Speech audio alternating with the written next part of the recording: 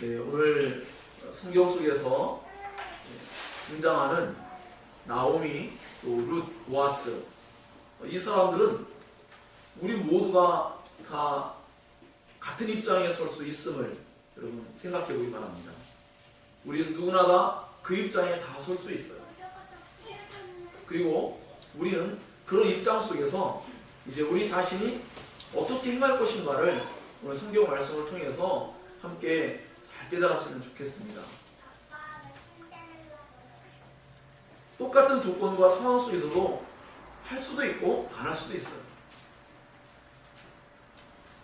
룻이 나오미를 따라왔을 때 오르바란 여인도 따라올 수도 있고 안 따라올 수도 있었겠죠. 또 다음에 또 사장에 살펴보겠지만 기업 물을 자가 있습니다. 그가 자기에게 어떤 기업에 어떤 손해가 있다 할지라도 다른 사람들에게 그 사랑을 나타내기 위해서 그것을 얼마든지 할 수도 있어요. 그러나 안 할 수도 있죠. 여기 룻과 보아스는 그 일을 하였고 나오미도 그 일을 하였습니다.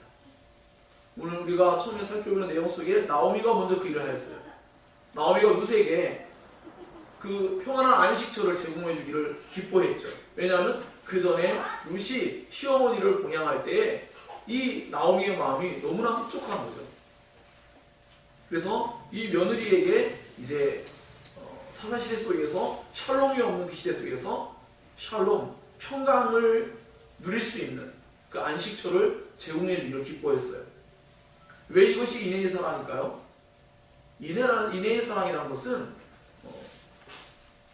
자기에게서 다른 사람들에게 정말 어떠한 희생과 어떤 어려움이 있다 할지라도 값없이 아무런 조건 없이 기쁘게 무언가를 해주는 것이죠. 그리고 뒤에 나오는 기업 물을 자에 대한 개념도 자기에게 뭔가 희생과 불이익과 어려움이 있을지라도 그것을 기꺼이 감당함으로써 어떠한 약자의 입장에 선 사람을 세워주고 살려주고 회복시켜주는 일을 하게 되는 거죠. 근데 더 놀라운 것은 뭐냐면 우리가 그 전에 살폈을 때 나오미는 여러분이 알고 있다시피 마라라 불러달라고 하면서 자기는 괴로운 여자라고 했는데 어느새 나오미는 정말 유쾌한 여자가 되었고요. 어느새 나오미는 정말 회복되어서 이제 오히려 다른 사람들에게 무언가를 베풀어 줄 수 있는 사람이 되었어요. 여러분 나오미가 누군가에게 무언가를 베풀어 줄 수 있는 사람이 있다는 건 굉장한 일입니다. 나오미가 돌아올 때 했던 말이 뭐예요? 난 빈손으로 왔다. 난 아무것도 없고 난 누군가에게 줄 게 아무것도 없어라고 했는데 지금 나오미는 룻에게 뭔가 줄 게 생겼어요. 사실 룻도 가진 게 뭐 있습니까? 없어요. 근데 그 룻도 좋은 것을 나누기 시작합니다. 보아스는 말할 것도 없겠죠. 그래서 나오미나 룻이나 보아스나 모두가 다 한결같이 다른 사람을 이롭게 하는데 적어도 자기가 가진 것을 최선을 다해서 그렇게 사용하기 시작합니다. 이것을 다른 식으로 표현하면 사실은 제가 결론부에 말씀드렸던 부분이기도 한데 아까 우리 전사님 기도를 너무 성령에 이끌려 하셔서 오늘 설교를 다 해버리셨어요. 그 내용이 거기 다 들어있었어요. 깜짝 놀라긴 했는데 우리 모두가 다 뭔가 다른 사람에게 줄 게 별로 없다고 생각할지 모르지만 줄 게 많이 있다는 것을 꼭 기억하기 바랍니다. 우리가 지난주의 말씀을 살필 때에도 위를 바라보면 항상 마음에 어떤 욕심도 생기고 때로는 더 잘난 사람 때문에 마음이 더 각담되기도 하고 그럴 수 있어요. 그런데 밑을 바라보면 어떻죠? 우리가 누군가를 도울 수 있는 입장에 갑자기 서게 됩니다. 그리고 마음이 겸손해지고 감사의 마음이 찾아옵니다. 이것을 만약에 성공주의적인 어떤 그 관점으로 바라보면 참 말도 안 되는 패배주의자들이 갖고 있는 합리화시키려고 하는 태도라고 볼 수 있을 거예요. 위를 바라보면서 달려야지. 큰 그림을 그려야지. 더 나은 걸 봐야지. 더 나은 사람들을 바라봐야지. 이럴 수도 있을 거예요. 근데 저는 오늘의 시대가 사사시대를 방불하는 시대인데 저는 룻기에 나와 있는 내용이 오늘 우리에게 오히려 맞다고 생각합니다. 더 위를 바라볼 때 오늘날 많은 사람들은 엄청난 상처를 입고 엄청난 욕심 속에서 죄악 가운데 빠진 것을 너무나 많이 보기 때문입니다. 우리는 과거의 사사기를 살펴봤습니다. 그때 정말 인상이 찌푸릴 만한 일이 얼마나 많았습니까? 오늘 이 룻기 읽을 때 여러분 마음이 어때요? 얼마나 마음이 푸근하고 한편으로는요 설레기도 하고, 예? 한편에 영화를 막 보는 것 같잖아요. 그러면서 이 마음속에 평안도 찾아오고 뭔가 비어있는 것에 뭔가 채워지는 그런 느낌을 받지 않습니까? 무엇이 그렇죠? 사사시대에 없었던 그 사사시대예요 지금 사실은. 근데 그 시대 속에서 어떠한 사람들은 사랑이 없이 냉랭한 가운데 온갖 자기 중심적인 사고를 가지고 자기 속에 옳은 대로 살다가 하나님이 주신 모든 좋은 것들을 다른 사람에게 나누기보다는 뺏어가기에 바쁘고 쟁취하고 자기가 가진 권력과 모든 것을 남용하고 다른 사람을 희생시키는 그런 일이 얼마나 많았습니까? 근데 여기는 어때요? 그런 게 없습니다. 정말 가진 게 없는 사람인데도 다른 사람을 부유하게 만들어진 일을 하고 있어요. 그래서 여러분 우리 모두가 각자 다른 사람에게 뭔가를 줄 수 있다는 것을 꼭 기억하기 바랍니다. 저는 사실 예전에 총각 때 장사를 할 때도 뭐 이렇게 뭔가 깎아주거나 이렇게 하진 않았어요. 그렇지만 다른 걸 주었어요. 말로써 그 사람들을 막 기쁘게 그 사람들의 자녀들을 기억했다가 이름을 불러주기도 하고 또 정말 좋은 친절로 또 뭐 다양한 그런 것으로 사람들에게 표현을 한 적이 있어요. 이것을 또 다른 식으로 표현하면 제가 우리 사모님의 사랑을 많이 받고 살고 있지 않습니까? 그 이유는 제가 가진 게 없어요. 제가 뭐 목회자로서 개척교회 목사로서 가진 게 뭐 얼마나 있겠습니까? 없죠. 오히려 다 써야 돼요. 그런데 저에게 있는 거는 사랑이에요. 또는 칭찬을 잘해주는 거죠. 그와 같아요. 복을 빌 수 있어요. 기도할 수 있어요. 그렇죠. 여러분, 근데 우리는 뭔가 물질적인 부분을 생각해서 내가 뭐 줄 수 있는 게 없는 것 같아 라고 생각할 수 있을지 모르지만 그렇지가 않아요. 여러분이 줄 수 없지만 하나님을 통하여 공급할 수도 있고 또 여러분이 가지고 있는 모든 것 가운데 무엇이든지 사용해서 다른 사람을 기쁘게 해줄 수 있고 다른 사람을 섬길 수 있고 다른 사람을 행복하게 해줄 수 있습니다. 나오미가 그랬어요. 나오미 지금 룻의 어떤 그 결혼을 주관하려고 해요. 계획을 갖고 있어요. 그 일은 어떻게 보면 나오미에게 결코 좋은 일이 아닐 수 있어요. 왜 그렇죠? 며느리를 떠나보낼 수 있어요. 지금 현재 나오미에게는 룻이 전부예요, 정말. 그런데 이 나오미의 마음속에 룻이 자기를 사랑하고 섬기고 봉양하는 모습 속에서 그 인애의 사랑을 베풀어 주니까 자기도 룻에게 그 인애의 사랑을 베풀고 싶어서 기꺼이 그 룻이 희생하면서까지 자기 시어머니를 나오미를 쫓아와서 모든 일을 행하였던 것처럼 기쁘게 나가서 이삭을 주러 가고 그렇게 섬겼던 것처럼 나오미도 자기 것을 가지고 그렇게 룻을 뭔가 희생할 수도 있지만 그렇게 그 룻에게 좋은 것을 나눠주고 싶어요. 자, 그래서 행복한 설교 시간 되도록 나로가 이렇게 가장 행복해하는 것 같아요. 제일 마음에 듭니다. 인상 쓰지 마시고 행복하게 말씀을 들으면 좋겠다 생각합니다. 옆 사람에게 한번 보시면서 말씀하세요. 난 당신에게 줄 것이 많이 있습니다. 라고 말해보세요. 줄 것이 많이 있습니다. 빨리 해보세요. 됐어요? 그럼 또 말씀하세요. 그럼 또 말씀하세요. 그럼 주세요. 하세요. 이제 친구됐죠. 자, 보세요. 오늘 말씀을 통해서 우리는 다른 사람들이 줄 게 많다는 것을 여러분 잘 기억하시고 지난주 말씀과 연관을 지어서 우리가 가진 작은 것이 우리보다 못하는 사람은 더 큰 것으로 좋은 것으로서 베풀어줄 수 있다는 것을 여러분 꼭 기억하고 우리가 가진 재능, 우리가 가지고 있는 어떤 것이든지 다 사용해서 다른 사람들이 기꺼이 나눌 수 있기를 바랍니다.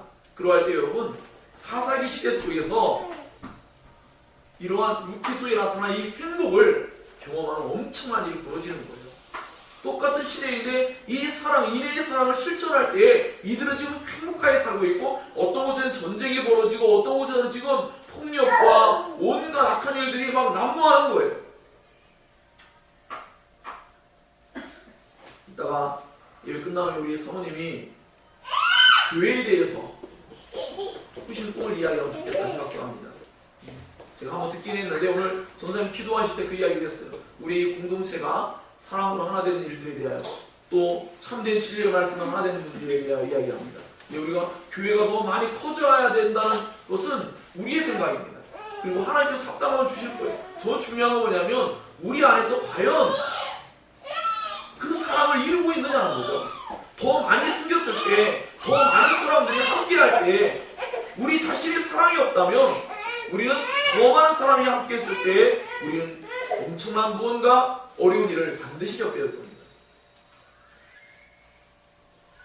우리 안에 먼저 필요한 것은 정말로 먼저 사랑이에요. 여러분 우리가 지난 오전 그 마가복음 말씀 기억합니까? 우리의 문제가 뭐라고 그랬죠? 우리의 사랑 없음과 믿음 없음과 기도 없음이라고 그랬어요.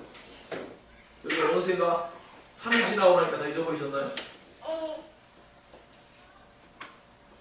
우리 안에 그런 것들이 회복된다면 우리 안에 뭔가 다른 것이 부족한 것 같지만 부족하지 않아요. 오히려 주님이 부자청년에게 말씀하신 것처럼 오히려 너에게 오히려 정말로 부족한 게 있다. 그것은 바로 사랑이라고 말씀할 거예요. 우리의 공동체 안에 사랑이 있다면 그것으로 충분합니다. 그 사랑이 정말로 우리 안에 경험되기 시작하면 우리는 정말 부족함이 없다는 걸 알게 될 겁니다.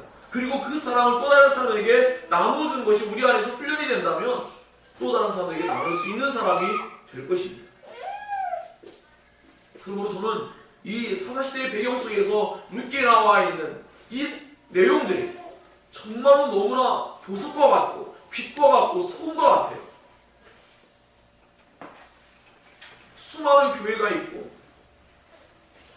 수많은 사람들이 신앙생활하고 있는데 과연 교회들을 돌아볼 때 행복하지 않은 교회도 참 많은 것 같아요. 물론 훌륭한 교회도 많고 좋은 교회도 많습니다. 우리는 어느 교회일까요? 우리 자신은 어느 교회로서 부름받았을까요? 정말로 하나님이 원하신다면 우리 안에도 오늘 여기 나와 있는 것처럼 어떤 사람은 누군가는 나오미일 수도 있습니다. 어떠한 사람은 룻이 될 수도 있습니다. 어떠한 사람은 보아스가 될 수도 있습니다. 우리 모두 각자의 역할 속에서 누구나 다 이들 셋이 똑같은 하나의 모습으로 나타내는 게 있어요. 그것은 바로 인애의 사랑이에요. 값없이 베풀어주고 기쁘게 다른 사람의 유익을 기꺼이 입어줄 수 있는 그런 마음 자세. 그게 정말 중요한 거죠. 우리에게 무언가가 없어서가 아니라 누군가에게 무언가를 주려고 하는 마음 자세가 없기 때문에 우리에게 없다고 느끼는 거예요. 우리에게 많습니다. 줄 것이 정말로 많습니다.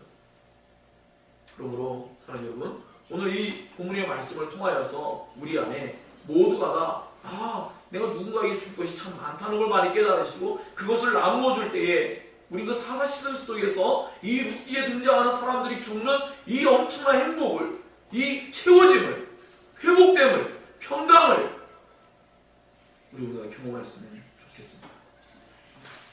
너무 참 어떤 면에서 좀 사실 아까워요. 무엇이 아깝냐? 여러분 벌써 지금 3장을 진행하고 있어요. 룻기가 한 20장이었으면 좋겠어요. 이 행복한 이야기를 좀 더 하고 싶어요. 여러분 그런 거 못 느낍니까? 뭐 드라마 할 때 20부작이에요. 좀 늘려주세요. 청원해요. 그래가지고 뭐 25부작 막 이렇게 또 늘어나잖아요. 저는 설교를 하면서 성도들이 더 늘려달라고 하는 얘기를 들어본 적은 없어요.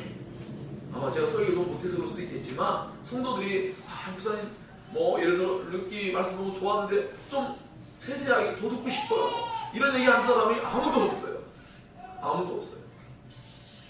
어서 빨리 끝나기를 기대하는 사람들이 있을지 모르겠지만 물론 이건 이제 제가 요담처럼 말씀드린 건데 그만큼 사실 성도들이 드라마나 이런 거 볼 때는 감정이입을 하고 그것에 대해서 매료되어서 막 더 많은 걸 알고 싶어하고 무언가를 막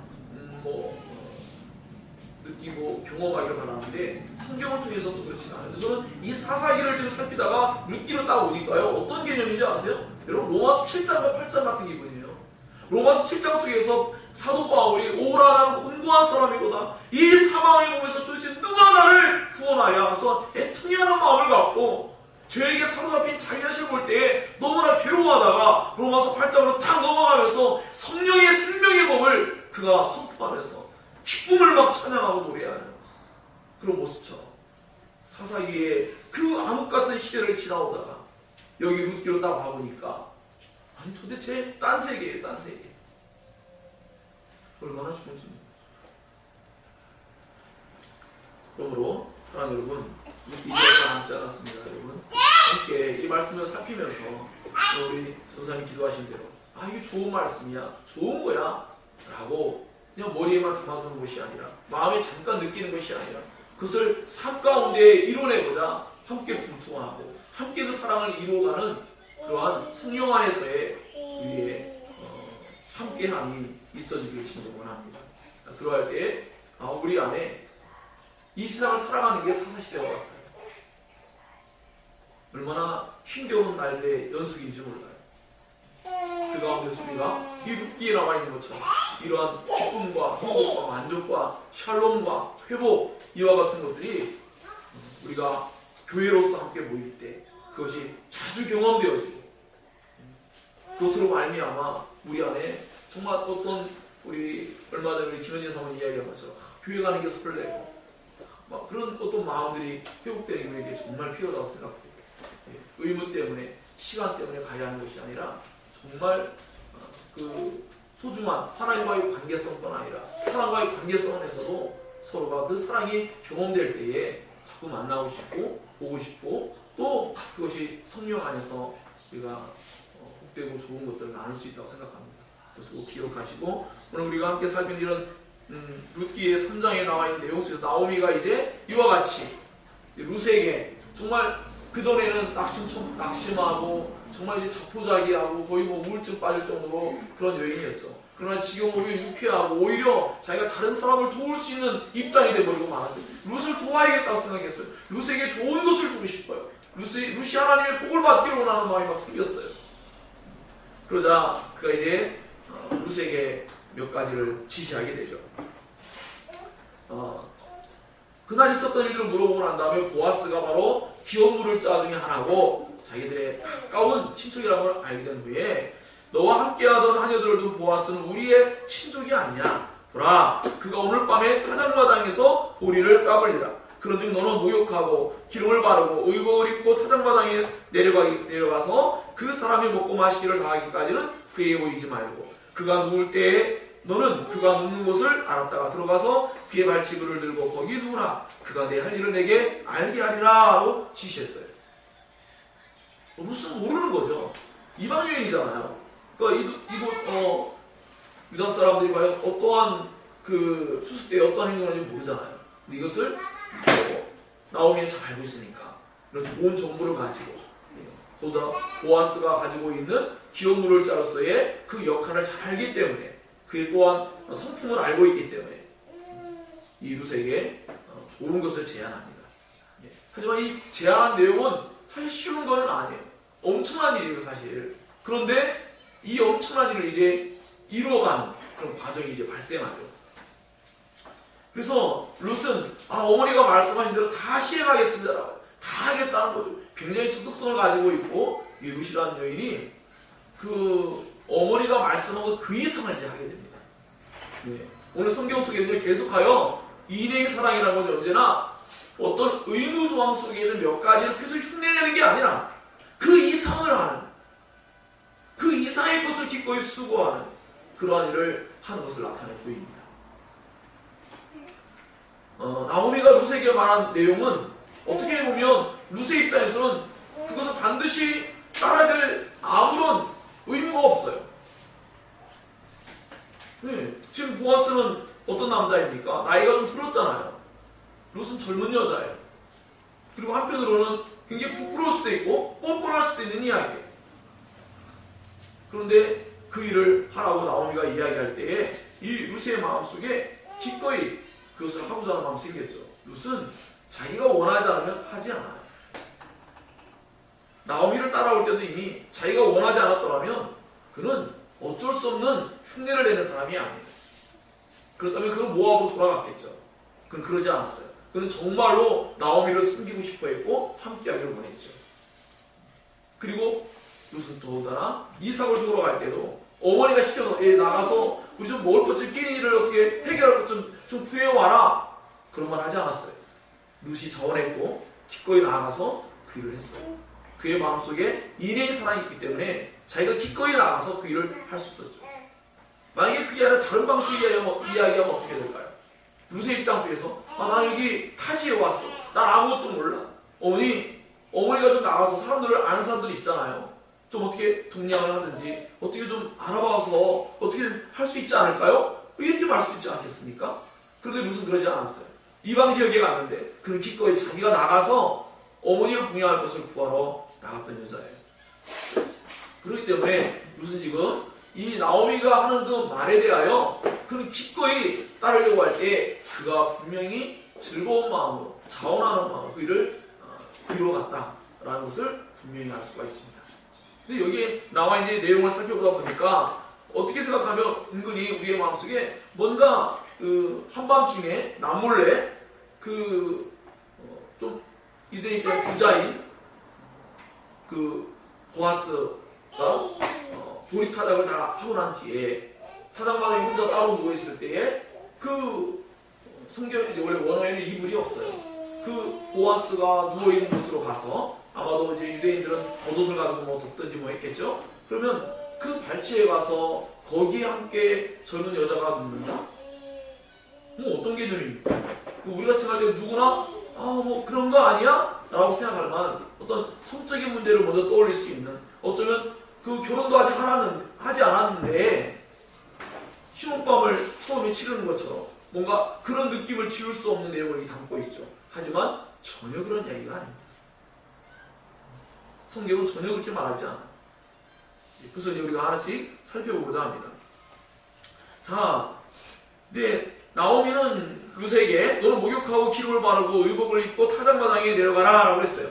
이 부분은 무엇을 의미하냐면 마치 다윗 왕이 자기 아들이 이제 자기가 범죄해가지고 그 아들이 죽게 됐잖아요. 그때 이제 그 아들을 위해서 기도하다가 아들이 결국 이제 하나님의 섭리 속에서 데려감을 받았을 때 그는 이제 의복을 갈아입죠.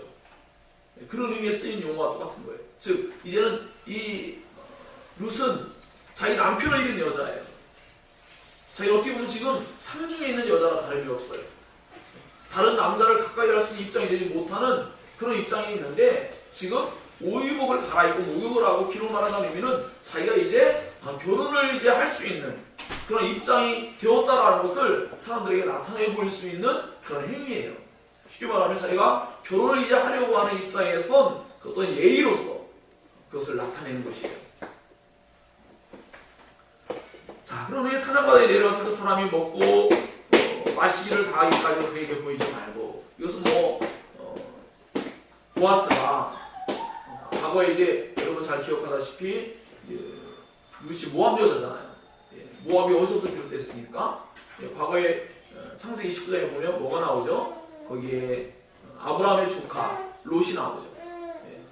그 롯이 두 딸과 그 롯이 이제 아버지가 잠들고 또 포도주 사건이 있고 그러면서 술이 취해가지고 뭔가 일이 발생해가지고 거기에서 나온 족속이기 때문에 그것과 연관일 수 있지 않을까라고 이야기하기도 하지만 해석자들도 있지만 그렇게 보지 않습니다. 그런 것이 아니고 여기는 이 보아스가 만약에 술이 취한 상태가 됐다. 그럼 정말 이거는 말도 안 되는 이야기예요. 술김에 뭔가를 약속하는 거죠. 그죠? 그런 성경에 있을 수 없는 이야기 아닙니까? 그럼 보아스가 한 행동들은 범죄함이 되는 거예요. 범죄함이 되는 거예요. 그래서 이러한 내용들을 생각할 때 보아스가 기업물을 자로서 그 모든 것을 사사시대에 있는 그 어떤 남자보다 가장 올바른 분별력을 가지고 가장 의롭고 올바른 행동을 하는 이 보아스가 술 취해서 뭔가를 했다? 있을 수 없는 이야기죠. 그것은 정당한 해석이라고 절대로 볼 수가 없고요. 뭐 얼마 전에 TV 제가 언뜻 무엇을 보다가 나왔는데요. 거기 보니까 뭐 홍진영이 뭐죠? 엄지척인가 뭐 저도 처음 알았는데 그때 그 사람이 불렀다는 거 맞나요? 네, 나와서 뭐 누구랑 뭐 오랜만에 나왔던 어떤 그 가수가 있어요. 근데 만약에 정말 마음에 두고 있는데 사귄다고 하면 어떻게 했느냐 이런 얘기를 물어봤어요. 근데 싫다는 말을 못하니까 그런 말을 하더라고요. 오빠 술 많이 했어요? 이렇게 물어보더라고요. 피해가는 거죠. 예. 근데 나중에 그래도 어쨌든 정말 고백했다면 어떻게 하겠느냐 라고 하니까 뭐라고 하는지 아세요? 술 깬 뒤에 얘기합시다. 술 깨는데도 만약에 똑같이 고백한다면 진지하게 고민해보겠다고. 뭐 예를 들면 뒤에 진지하게 고백했던 말까지는 안 했지만 그런 뉘앙스라도 이야기를 했어요. 예. 그러니까 전혀 사실은 안 되는 건데 재밌는 프로니까 얘기를 한 거긴 한데 의미가 있잖아요. 나름대로 의미 있는 말을 한 거예요. 술이 취한 상태에서 이야기하는 걸 자기는 믿지 못하겠다. 그럼 보아스가 술이 취한다는 이야기를 루시 어떻게 믿을 수가 있고 그것이 어떻게 언약으로 받을 수가 있겠습니까? 그렇지 않다라는 것을 제가 말씀드리고자 한 예를 들었고요. 자, 이와 같이 해서 보아스가 충분히 저녁을 흡족하게 마음껏 먹고 마시고 그가 이제 기쁘게 자기가 이제 다른 일꾼들하고 떨어져가지고 그 추수한 한쪽에 가서 잠을 취하는 거죠. 그때에 룻이 그곳에 가는데 발치라고 했어요. 옛날 과거에는 이제 발이라고 번역하고 또 있었는데 발이라고 번역하면 그것은 매우 위험해요. 왜냐하면 성경에 많은 곳에서 성적인 어떠한 뉘앙스를 갖는 그런 남자의 그 어떤 그런 부분들을 의미할 수도 있고 그래요. 근데 여기 발치라고 분명히 분명히 말하고 해석을 합니다. 그런 건 아닙니다. 그래서 발치라는 것은 단순히 발끝의 모양을 의미하는 게 아니라 다른 성경의 내용들을 쭉 보면 다니엘서에도 나와 있어요. 이 단어는 룻기에 내어 나오고 다니엘서에 딱 한 번 나오는데 이것은 그 뭐 예를 들어 다리 근처 이렇게 넓은 부분으로 포함해서 이야기하는 발치라고 이야기하는 거예요. 그러니까 이 룻이 쉽게 말하면 예수님께 죄인된 여인이 나올 때 어떻게 했습니까? 예수님의 발 앞에 무릎을 꿇고 라고 최선의 겸손의 자세로 그 발치가에 누워가지고 그 겸손하게 위에서 어떻게 하든지 받아들이겠다는 태도로 그렇게 그 자리에 누워라 라는 것이죠.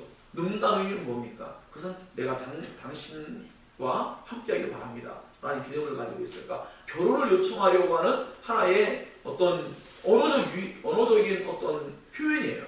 그런 방식으로 사용하고 있는 거예요. 자, 그래서 그가 누울 때 너는 눕는 곳을 알았다가 그 발치에 누우라 이거죠. 누웠을 때에 물론 여기 나와 있는 뭐 이불은 표현 없지만 언어에 들고 거기 누우라는 이런 용어들은 사실 약간 어떤 성경에 다른 곳에서 뭐 하체를 범하지 말라라는 말과 어원이 같아요. 그러니까 뭐 성적인 부분을 뉘앙스를 분명히 주는 건 사실이에요. 하지만 그렇다라고 분명하게 말하지 않기 때문에 우리는 말하지는 않는 것이죠. 그래서 그곳에 가서는 그것은 결국 뭘 의미하냐면 결국 보아스와 룻이 함께 결혼한다면 그런 것이 충분히 가능할 수 있게 되겠죠. 그런 것을 포함하는 예견할 수 있는 한 부분이라고 생각이 돼요. 어쨌든 그래서 그런 말을 이제 이 룻이 다 이제 시행하게 됩니다. 이제 그가 너에게 어떻게 할 것을 지시할 것이다. 알게 할 거야. 그대로 따르면 된다. 라고 이제 알려주었어요. 그래서 룻이 그것을 흔쾌히 받아들이고 가서 그대로 다 행합니다. 봤더니 정말로 보아스가 저녁을 기쁘게 먹고 마시고 이제 추수를 잘했어요. 그래서 이제 타작마당에 누워 있습니다. 그가 이제 잠들었어요. 근데 어느 순간 잠자다가 뭐 예를 들어서 약간 한기가 느껴져서 자기가 덮고 있던 겉옷을 딱 잡아내려고 하는데 뭔가 이제 만져지는 거죠. 뭔가 닿는 거죠. 봤더니 깜짝 놀라서 너는 누구냐? 라는 거예요.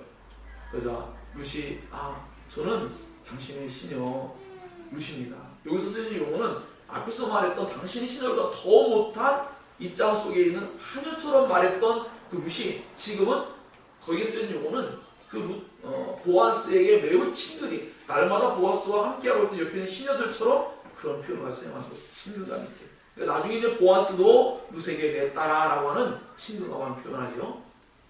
서로에게 사실은 분명히 호감이 충분히 있었기 때문에 이런 일들이 가능하게 된 것이죠. 그래서 당신의 그 옷자락으로 나를 덮어주기를 바랍니다. 라는 거예요. 이것은 이미 2장 12절에서 이미 보아스가 룻에게 말했던 하나님께서 여호와의 그 날개 그것으로 너를 보호하고 덮어주기를 바란다. 라는 표현을 사용했는데 똑같이 그걸 가지고 룻이 사용하고 있는 거예요. 그러니까 아마도 그 말을 들을 때에 보아스의 입장에서는 내가 하나님의 그 날개로서 이 연약한 룻을 덮기를 원하시는구나 라고 생각할 수도 있는 부분이죠. 근데 거기에 더해서 우리가 가지고 있는 개혁개정판의 누락되어 있지만 원래 이제 본문에 보면 거기서 전치사가 사용돼요. 왜냐하면 이란 말이야. 왜냐하면 당신이 기업 부를 자이기 때문입니다. 라는 말을 했어요. 이건 굉장히 심각한 말을 한 거예요. 그냥 단순히 내가 당신하고 결혼하고 싶습니다. 나 당신이 마음에 들어요. 이런 표현이 아니에요. 당신이 기업 부를 자이기 때문에 당신의 옷자락으로 날개로 나를 덮어주셨다는 말 속에는 나 당신하고 결혼하고 싶거든.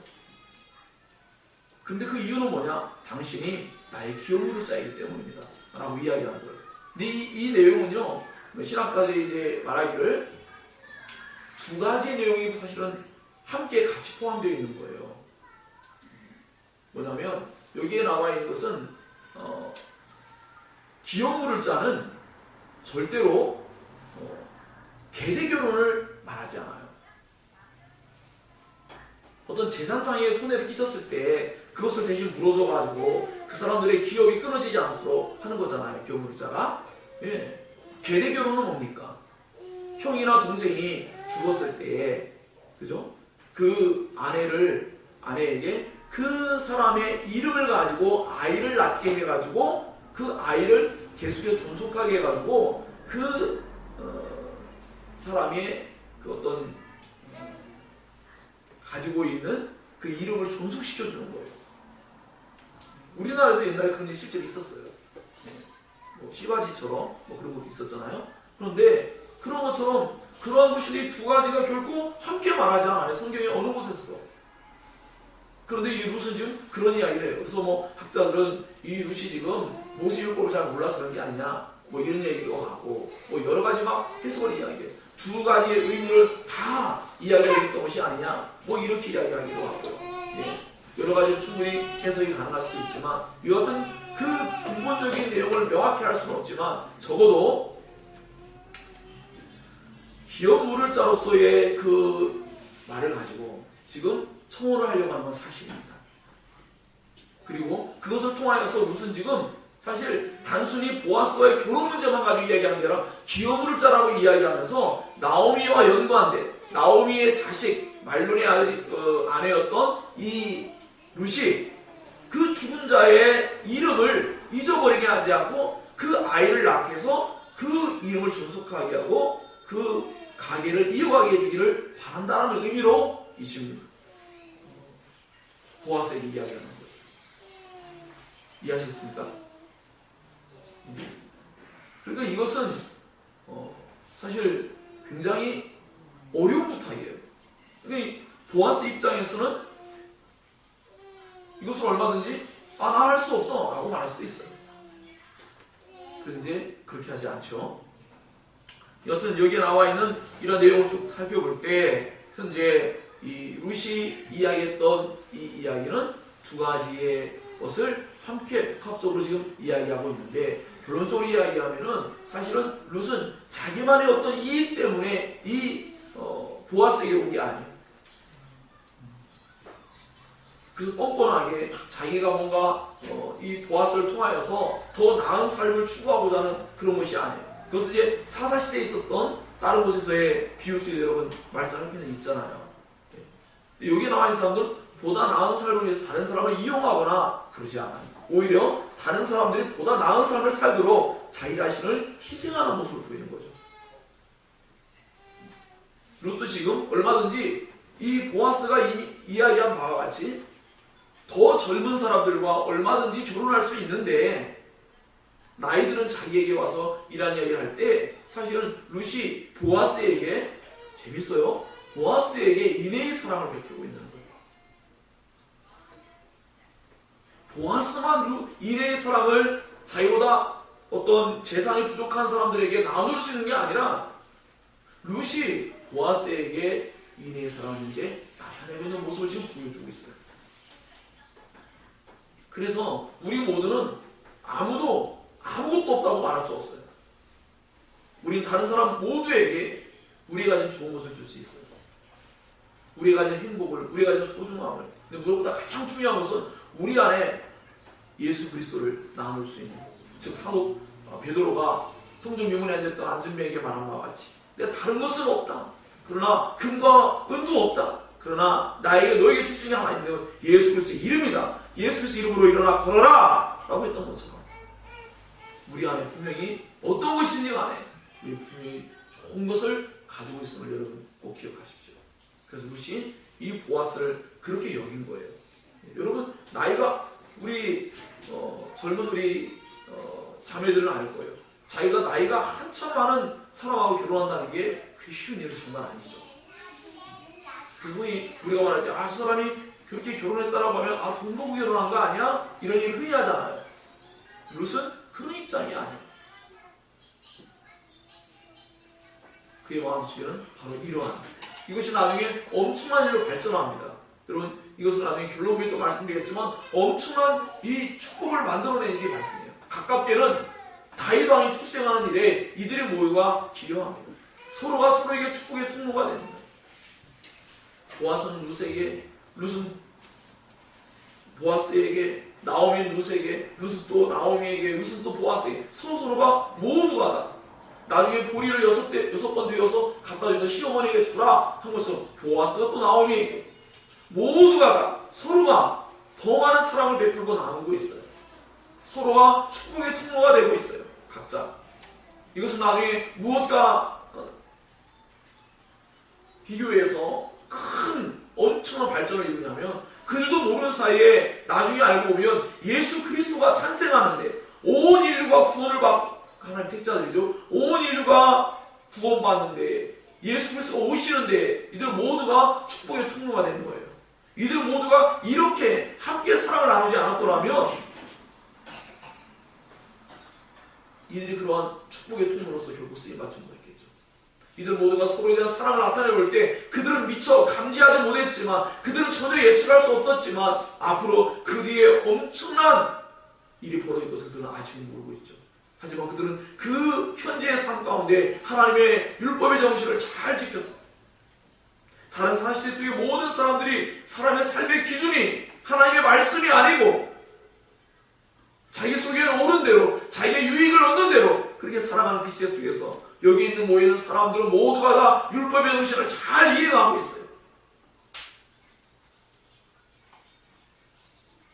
그런 가운데서 보이지 않지만 하나님이 뒤에서 섭리하시고 하나님이 이들 모두에게 하나님의 날개 그늘 아래서 평강과 기쁨과 은혜들을 충분히 누릴 수 있도록 복을 주고 계신 우리가 알 수가 있습니다.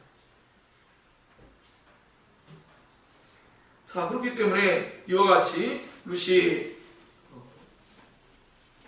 보아스에게 이러한 요구를 하는 것, 이때에 보아스 입장에서는 이것을 보았을 때 여호와께서 너에게 복을 주기를 원하노라. 네가 가난하건 후하건 젊은 자를 따르지 아니하고 내가 베푼 인애가 처음보다 나중에 더하도다. 스스로 고백했어요. 그러니까 정말 자기보다 훨씬 없는 자였는데 그가 자기에게 인애의 사랑을 베풀어 준 거죠.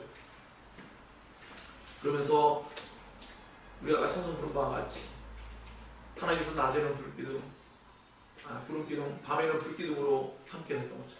낮에 어땠습니까? 보아스가 많은 청년들로부터, 소년들로부터 어떠한 신체적인 접촉이라든지 언어적인 폭력을 당하지 않도록 육체적이고 언어적인 폭력을 당하지 않도록 보호해 주었어요. 밤이 되니까 또 이 룻을 보호해 줍니다. 다른 사람들이 이 룻에 대해서 나쁜 평판이 생기지 않도록 자기와 함께 있게 해주고 그리고 이 여자를 지켜주고 그리고 그가 말한 모든 약속을 다 이행하겠다고 말합니다. 반복적으로 나오는 게 뭐가 있죠? 룻도 마찬가지고 보아스도 마찬가지고 모두가 다 약속을 다 이행하겠다고 말합니다. 그리고 정말 그것을 신실하게 이행합니다. 사사시대의 다른 곳의 모든 사람들이 약속을 저버리고 자기 뜻대로 자기 임의적으로 이리저리 막 바꾸어가는 모습을 볼 수 있어요. 가깝게 우리가 얼마 전에 살펴봤던 사사기 속에서 레위인들이 어떻습니까?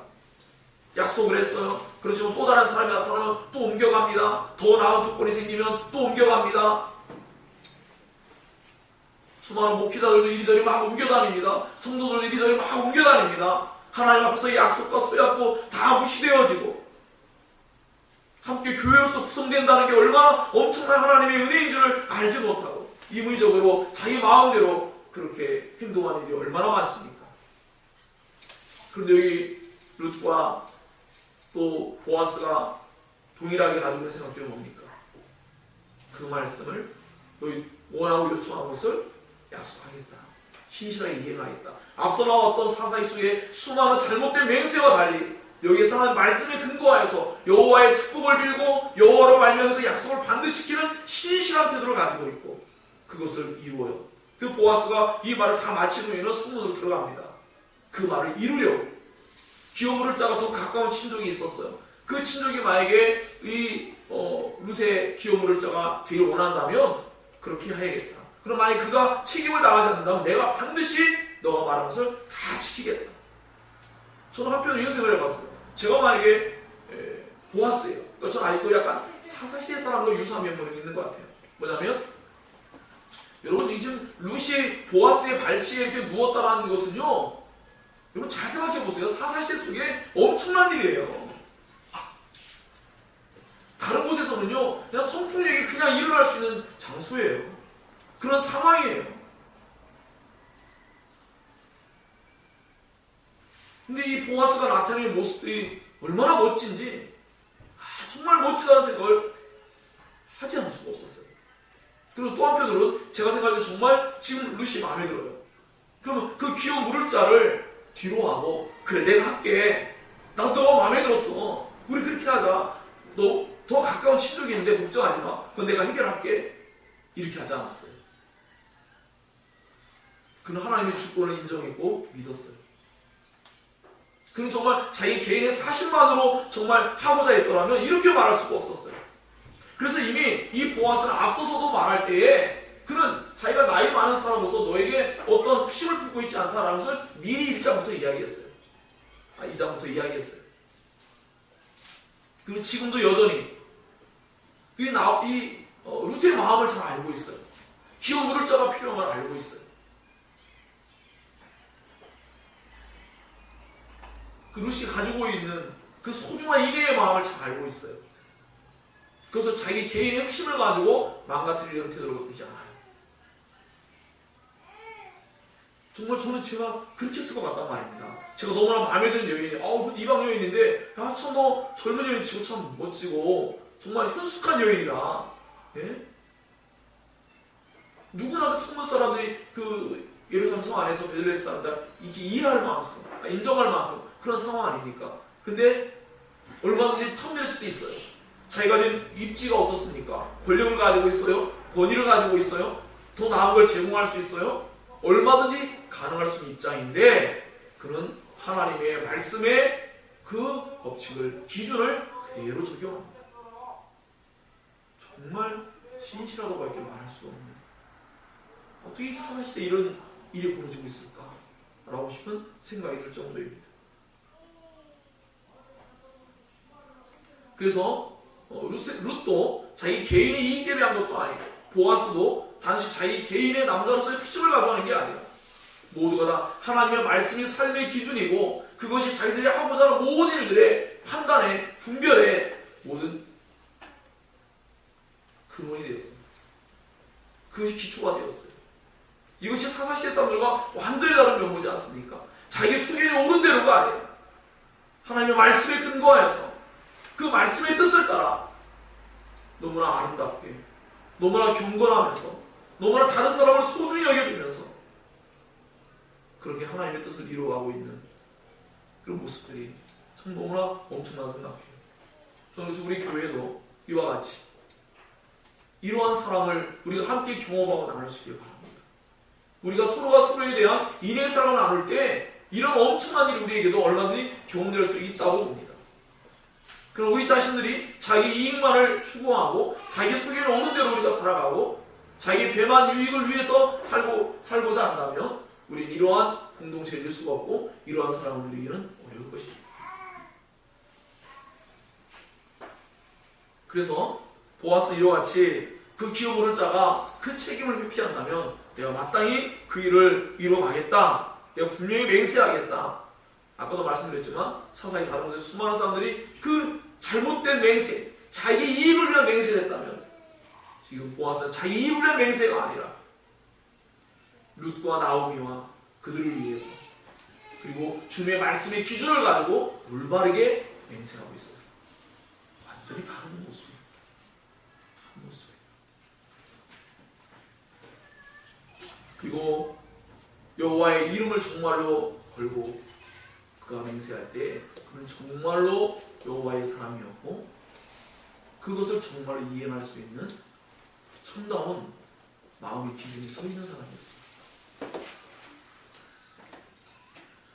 그래서 이 보아스가 지시한 대로 또 자연스럽게 이야기를 나눴겠죠. 이제 밤이 맞도록 아마 새벽에 사람들이 이제 일어나기 전에 아주 캄캄할 그때에 이제 룻이 돌아가도록 같이 뭐 이야기를 하지 않았겠습니까? 뭐 드론으로 뭐 이야기할 수 있었을 거예요. 어쨌든 그를 지켜주고 그리고 이 보아스는 다음날 성문으로 들어가서 혼자를 찾아가지고 그 일을 이제 이루어 나갈 때 만약에 상대방이만 치르겠다고 할 때 그것이 그는 기쁜 거예요. 한편으로 아 그래도 룻에게 정말 그런 사람이 생긴다는 게 얼마나 좋은 것이죠. 그것이 정말 쉽지 않은 일을 하겠다고 하는 거죠. 여하튼 그렇게 해서 보아스가 이 낮에도 이 누구예요? 룻의 보호자가 되고 공급자가 되고 그죠? 그 모든 것 속에서 여호와의 날개 역할을 했다면 밤에도 또 이렇게 여호와의 날개 역할을 또 하여서 이 룻에게 인애의 사랑을 나타내 보여주고 있습니다. 그래서 나중에 이제 6번이나 되어서 본인이 이삭을 해서 주어서 그 나오미에게 갖다 주도록 하죠. 그것은 나오미가 그것을 받아들일 때 그 보아스의 사인을 아는 거죠. 아 정말 이 보아스가 훌륭한 사람이구나. 자신들이 말했던 모든 것의 의미를 잘 이해하고 있었고 그것을 충분히 이해할 수 있다는 확신을 알기 때문에 마지막 18절에 이제 그가 그 일을 이루기까지 우리는 앉아있어야 된다. 우리는 안 돼. 그가 이 일을 이루기까지 쉬지 않을 것이다 라고 말하는 거예요. 이것은 정말 우리의 마음속에도 하나님께서 우리를 통하여 하나님을 이루고자 하는 그 하나님께서 뭐 조나단 에드워즈라든 이런 목사님 말씀하신 바와 같이 하나님이 우리를 향한 하나님의 열심이 있습니다. 우리를 반드시 거룩한 백성으로 살게 하시고자 하는 그분의 열망이 있습니다. 이 세상 속에서 구별된 사람으로 살게 하여서 하나님의 영광을 드러내고자 하는 하나님의 열심이 있고 이 세상 속에서 어느 공동체에도 나타나지 아니한 인애의 사랑을 나타내는 공동체를 이루고자 하시는 하나님의 열망이 그 뜻이 우리 안에서 성령님으로 말미암아 반드시 이루어질 줄로 믿습니다. 하나님이 그 일을 이루시기까지 쉬지 아니할 줄로 믿습니다. 반드시 그 일을 하나님이 성취할 겁니다. 그런 의미 속에서 인애의 하나님이요 인애의 사람들이 오늘 본문 속에서 이렇게 은연중에 그리고 분명하게 잘 드러나고 있습니다. 그래서 이 나오미가 룻이 왔을 때에도 물을 때 그는 너는 누구냐라고 물었어요. 사실은 원어적인 의미는 너는 누구냐는 의미가 뭐냐면 자 너는 그냥 나의 며느리냐 아니 보아스하고 결혼할 그 여자가 되었느냐 이렇게 물어본 거예요. 그러자 이 룻이 자초지정을 이야기하고 그랬을 때 이 나오미의 마음속에 이제 확신이 찾아오는 거죠. 아 그렇구나. 이제 하나님께서 이 일들을 이루시겠구나 하는 생각이 분명히 들었고 또 보아스라는 사람이 하나님의 인애의 사랑을 나타낼 수 있는 신실한 사람이고 분별력 있는 사람인 것을 분명히 확신했기 때문에 이제 나오미는 룻에게 그 이야기를 분명하게 이야기할 수가 있었습니다. 자, 이렇게 해서 성장이 맞춰집니다. 그러나 여러분 오늘 이 말씀 중에서 어떤 것이 정말 깨달아집니까? 정말 너무나 아름답고 멋지고 정말 영화의 한 장면 같기도 하고. 그러나 이 세상에 만드는 어떤 영화 속에 그 단순히 한 사람과의 관계 속에 있는 로맨스만이 아니고 이 속에 있는 이 엄청난 자기의 것들을 기꺼이 포기하고 희생하면서 다른 사람을 더 이롭게 만들고 소중히 여겨주고 하는 이런 모습들이 모두에게서 다 나타나고 있었어요. 이것이 정말로 이 땅에서 성령을 받은 하나님의 백성들이 해야 될 모습이고 그것이 정말 교회의 영광스러운 모습이기도 해요. 사랑하는 여러분, 우리가 이 땅에서 분명히 영화롭게 될 수도 없고 우리가 완전한 수가일 수도 없습니다. 그러나 분명히 성령 안에서 끊임없이 우리가 서로를 위해서 기도하고 이런 인애의 사랑을 나타내고자 할 때 오늘 본문 속에서 하나님은 전혀 등장하지 않아요. 그러나 이 속에서 하나님의 날개가 우리에게는 마음속에 깨달아져야 합니다. 하나님의 인애의 사랑을 통해서 일하시는 하나님을 우리 볼 수 있어야 합니다. 그리고 그 속에서 우리는 우리 각자가 그 사람들이 되어야 합니다. 그 사람들이 되어서 우리가 서로가 서로에게 하나님의 그 인애의 사랑이 경험될 수 있는 그런 축복의 통로가 되어야 할 줄을 믿습니다. 그것은 바로 우리 자신의 유익이 아니라 남을 좀 더 생각하고 이해하고 더 좋은 유익을 주고자 하는 마음을 품을 때 되는 것입니다. 이 모든 것은 신약에 와서 예수 그리스도로 말미암아 완전하게 성취되었습니다. 예수께서 그 일을 완전히 이루셨습니다. 우리를 향한 하나님의 인애의 사랑이 예수 그리스도로 말미암아 완전히 우리 가운데 나타난 바 된 것이죠. 그리고 이제 우리는 그 그리스도의 사랑을, 그 인애의 사랑을 또 다른 사람들에게 나타낼 수 있는 유일한 사람들이 되었습니다. 그래서 우리가 세상의 유일한 소금이고 빛이라고 말씀했습니다. 성령의 사람들만이 일을 하게 될 것입니다. 여러분이 갈라디아서의 배경을 따지자면 성령을 쫓아 산다면 여러분은 그 일을 하는 사람이 될 것이고 그 가운데서 이 룻게 나와 있는 이 기쁨과 은혜들을 경험하면서 신앙생활을 할 겁니다. 그러나 그렇지 않다면 우리는 사사시대를 여전히 경험하면서 종교적 의무는 충실할 수 있을지 모르지만 여전히 하나님과 예수를 사랑함에 있어서는 너무나 잘못된, 왜곡된, 결국 자기 자신을 사랑하는, 자기를 우상 삼는 그러한 시대를 우리가 경험하게 될 것입니다. 하나님 부디 오늘 이 룻기 3장에 있는 말씀을 집에 돌아가셔서도 잘 생각해 보시고 읽어보시고 묵상하시고 생각하시면서 이 말씀을 통하여 우리 모두가 인애의 하나님, 인애의 사랑, 그 인애의 사랑을 나타낼 수 있는 사람들이 되기를, 그리고 그러한 인애의 사랑을 우리에게 나타내 보시는 하나님의 그 은혜를 우리에게로 서로가 경험시켜주는 우리 모두가 되기를 주의 이름으로 축원합니다. 기도하겠습니다.